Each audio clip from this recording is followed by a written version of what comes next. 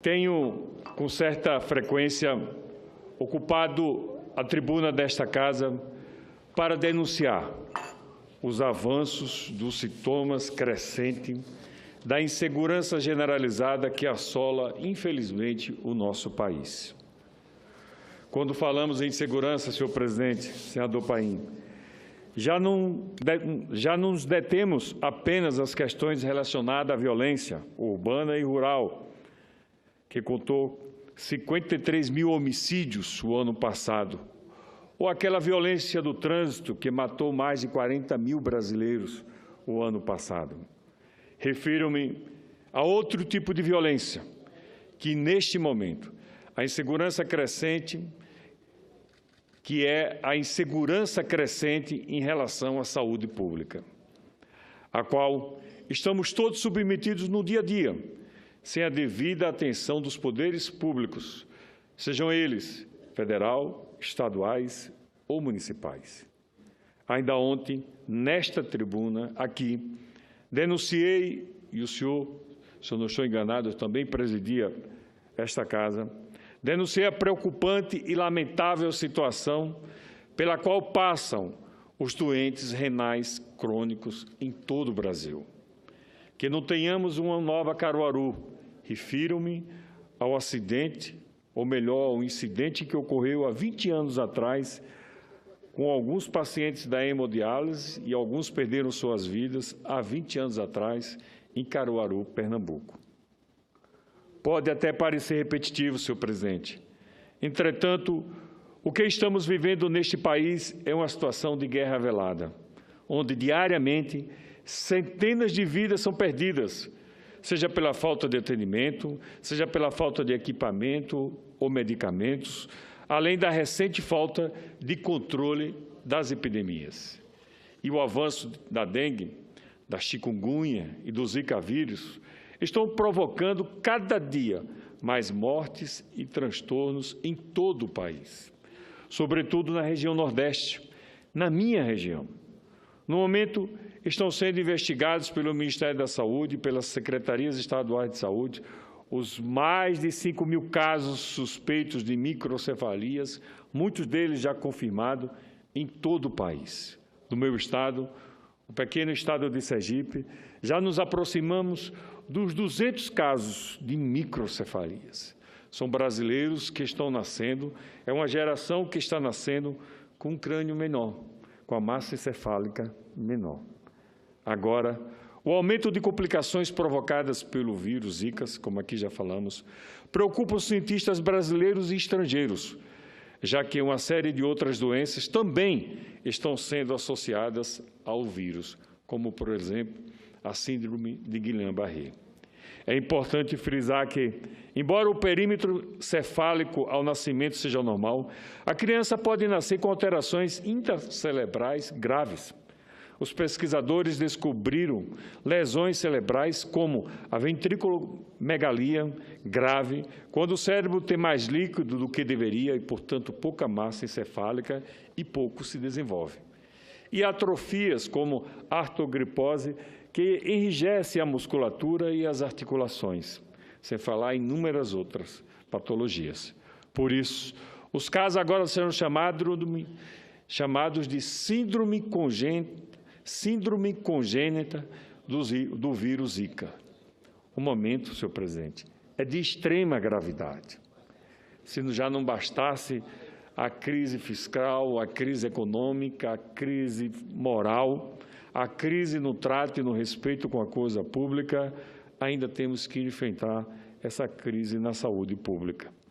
Senhor presidente, professor e cientista Charles Rosenberg, que é professor de História da Ciência e da Medicina da Universidade de Harvard, nos Estados Unidos, nos faz refletir a respeito da nossa atual situação, quando caracterizou as epidemias como, abre aspas, incidentes dramáticos que seguem um roteiro dividido em atos, como a peça de teatro. Ao primeiro deles, chamou de negação e progressiva revelação. Historicamente, É muito comum que a primeira reação de uma sociedade diante de uma epidemia seja negá-la, para admiti-la somente quando se torna impossível ignorar sua presença. Fecha aspas. E ele segue dizendo, abre aspas, o segundo ato se passa quando autoridades e médicos procuram explicações para o acontecimento. O terceiro ato consistiria nas respostas públicas, geralmente múltiplas, suscitadas pela epidemia. Fecha aspas. Por último, ainda diz o professor, abre aspas, o quarto e último ato seria o que vem depois do término da epidemia, relacionando-se com a reflexão que a comunidade faz sobre a sua experiência.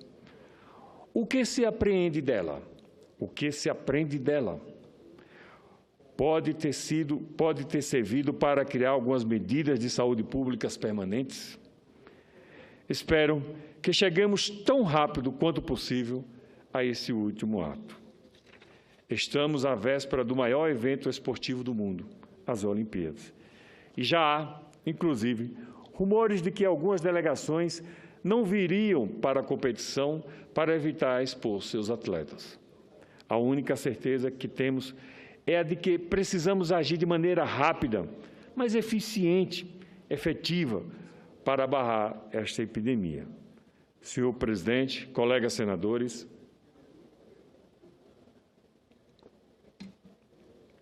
além de tudo isso, ainda estamos presenciando a grave crise que vem afetando as Santas Casas em todo o país. Aqui, é importante ressaltar que cerca de 30% da rede hospitalar é composta por instituições filantrópicas e mais da metade dos municípios brasileiros, senhor presidente, depende dessas instituições para ter acesso à assistência hospitalar, que, por sua vez, depende do Sistema Único de Saúde, do nosso SUS. Há muitos anos, senhor presidente, para ser preciso, há mais de 13 anos que não se reajusta a famigerada tabela SUS. Como pode, senhor presidente, exigir um serviço de qualidade se o governo não dá o primeiro e o melhor exemplo? O Brasil é um país com muita diversidade, é verdade. Se analisarmos dentro de um único estado, veremos que a região é muito diferente uma da outra. Cada um tem suas peculiaridades e dificuldades específicas, é verdade também. Mas todas, absolutamente todas, dividem o mesmo problema, que é a falta de recursos. Muitas instituições resolveram excluir alguns tipos de atendimentos que faziam para amenizar a situação. A exemplo de algumas instituições que fecharam a hemodiálise, disse aqui ontem, de outras que fecharam a ala da maternidade, outras que fecharam o pronto atendimento. Cada uma tem buscado alternativas para continuar com as suas portas abertas. Mas isso é uma solução emergencial, a curto prazo, porque o déficit continua, infelizmente. Este é o caso do Hospital e Maternidade São José, da minha querida cidade Itabaiana, que é referência em cirurgias e obstetrícia em Itabaiana. Senhor presidente, antes de estar aqui como parlamentar, dei lá o último plantão como médico, como anestesiologista. Este hospital, senhor presidente, integra a história da saúde pública do município há mais de 57 anos e agora passa por dificuldades financeiras que estão inviabilizando o seu funcionamento e manutenção, em virtude de prejuízos acumulados mensais que se avolumam mês a mês. Hoje, pela manhã, a Comissão de Assuntos Sociais, a CAS, entrou em pauta um importante projeto que ameniza, não trata, não cura, mas ameniza. É um paliativo, é um analgésico, mas não resolve o problema.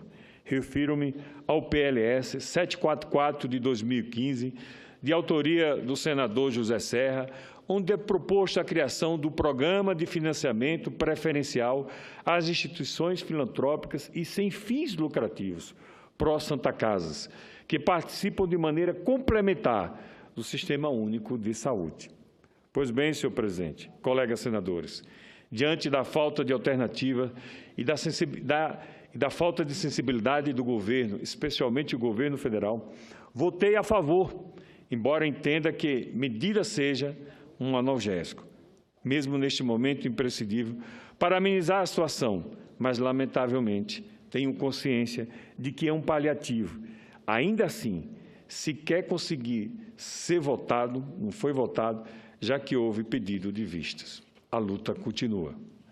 A saúde pública brasileira realmente está na UTI, e com ela está na UTI todos nós brasileiros, em estado gravíssimo, e é o nosso povo, especialmente os mais necessitados, os que menos podem e os que mais contribuem para a manutenção do poder público, é a nossa gente, quem está pagando com a própria vida, em muitos cantos desse país, pela gestão equivocada, ineficiente dos governos que aí estão. Senhor presidente, muitos morrem lutando pela manutenção da vida. Que sejamos, senhor presidente, um desses soldados, morrer lutando por uma saúde digna para todos os brasileiros. Não merecemos, senhor presidente, pagar e viver tantas crises. Repito, seja crise fiscal, econômica, ética, moral e até na saúde pública. O mosquito, senhor presidente, se conhece há centenas de anos. É uma guerra que estamos perdendo, lamentavelmente. Também é o reflexo de um governo que, infelizmente, se equivocou em muitas ações e que falhou. Muito obrigado, senhor presidente.